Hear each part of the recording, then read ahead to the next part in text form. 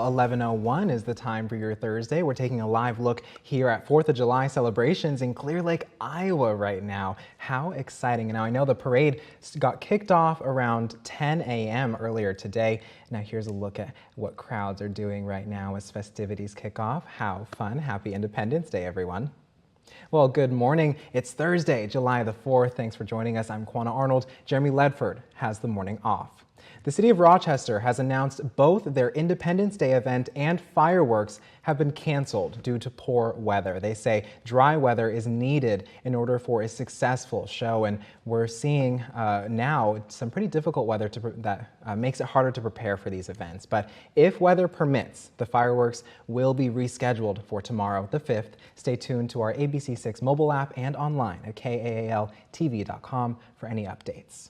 Yesterday, as people were celebrating Independence Day, the city of Rochester's annual 4th Fest didn't happen. We're told that if weather holds up, we'll get our fireworks show tonight, but there's still no word yet if those are for sure happening. 50 years ago, a young man and wife no older than 25 made a name for themselves right here in the Med City, bringing Norwegian culture to a market in a way that hadn't been done before, and starting a business that continues to withstand the test of time.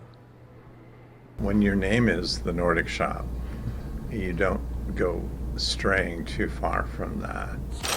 In 1974, Walter and Louise Hansen opened a shop in the Kaler Hotel, just around the corner from Mayo Clinic, less than 100 years after the St. Mary's campus first opened. Our customers were, here for a length of time, and then they would go away, and then they would come back. Everybody would say, well, I'll see you next year when I come in for my clinic appointment. And one family in particular would do just that.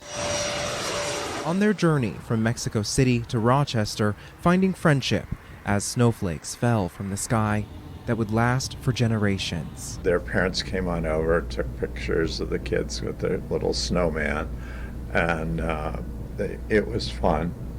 And that family has come back every year. With 2 degrees in architecture and communications between the two of them and an abroad program to Copenhagen under their belt, the pair started the Nordic Shop, whose customers value the rich culture imbued within the merchandise. We joke because we can hear people down the hall and say, there's the Nordic Shop.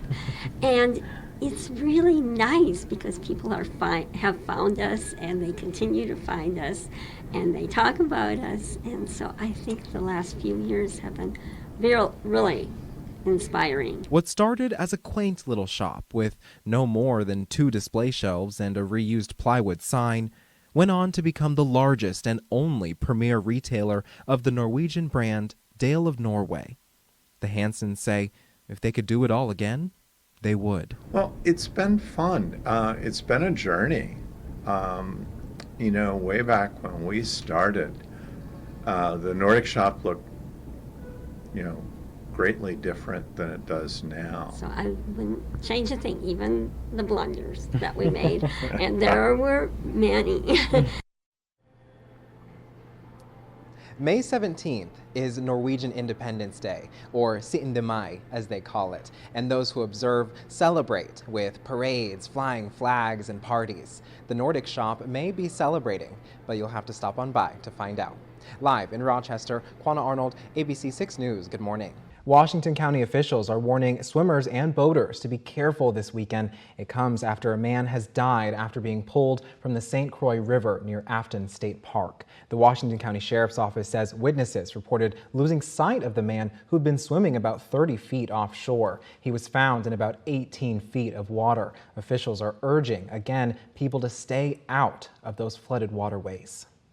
In Faribault, city crews are working to stabilize a dam due to erosion caused by flooding. Here you can see the work going on at the Faribault Woolen Mill Dam on the Cannon River. The erosion is on the north side. The city says the full extent of the damage is not yet clear, but people are being encouraged to avoid the area, which includes part of Sleven Park. Well, another Minnesota dam suffered damage this week from the intense rainfall over the last month. In Faribault, all eyes are on the Woolen Mill Dam, monitoring it as more rain is expected. Communities across Minnesota still dealing with damage left behind by flooding. So far, 22 counties across the state have been approved for a federal disaster declaration by FEMA. Senator Amy Klobuchar touring the state, making a stop in Duluth Wednesday. Thanks to state and federal funding back in 2012, significant upgrades were made to prepare for future flooding events. President Biden faces more headwinds on the campaign trail, with persisting questions about his ability to serve as commander-in-chief over the next 4 years. So far, 3 Democratic members of Congress and some donors have called on the president to back out of the race following his performance in last week's debate.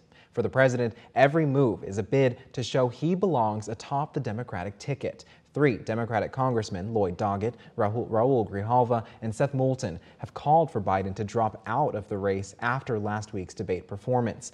Mental health care, education, job training, all of these are proactive solutions to a problem we won't see if our eyes are closed.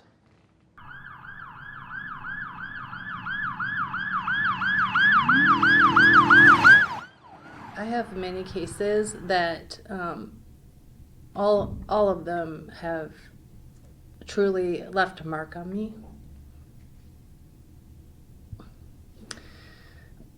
When you're a victim of sexual assault, that mark stays with you, a constant reminder of what was once lost. Children are so strong, and they have to go through difficult interviews and talk about very difficult, embarrassing, hurtful, and they're so shameful over something that was not their fault.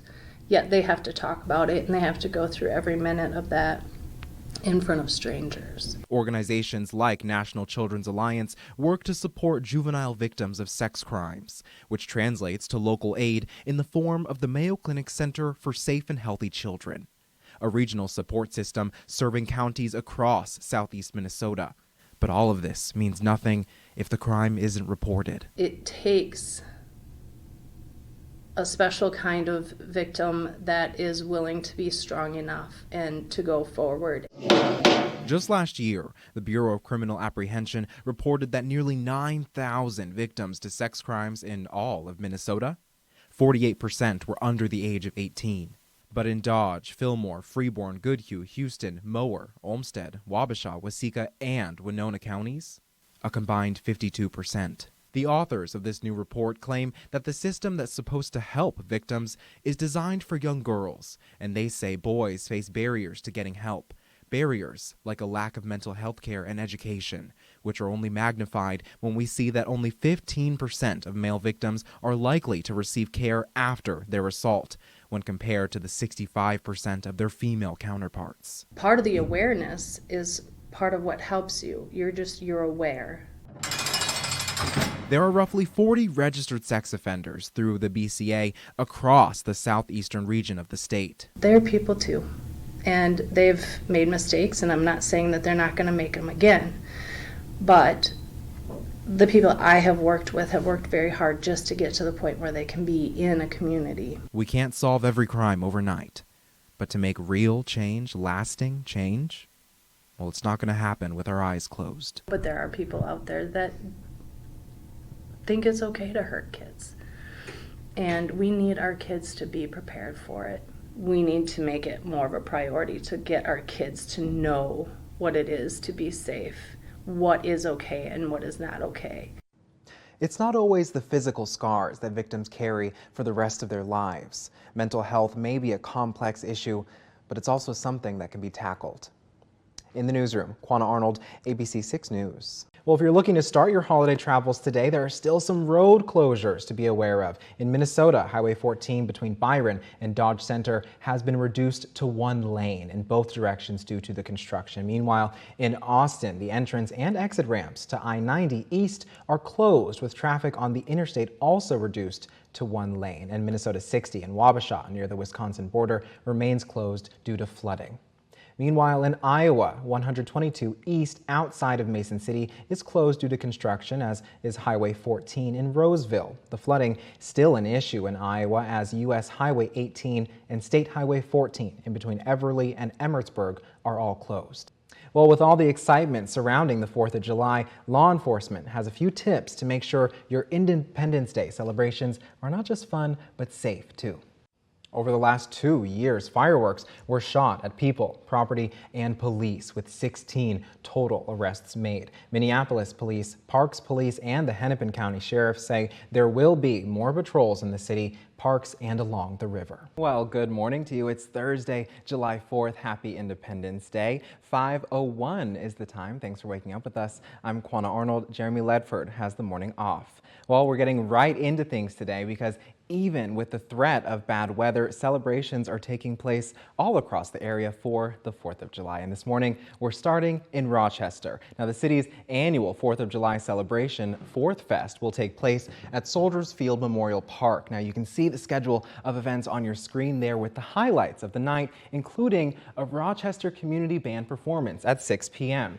and the moment we're all looking forward to, a fireworks show at 10 p.m. Well, in Albert Lea, the city was so excited to kick off their 4th of July Jamboree that festivities got underway yesterday. Reporter Jordan Sansom caught all the action and shares that with us this morning.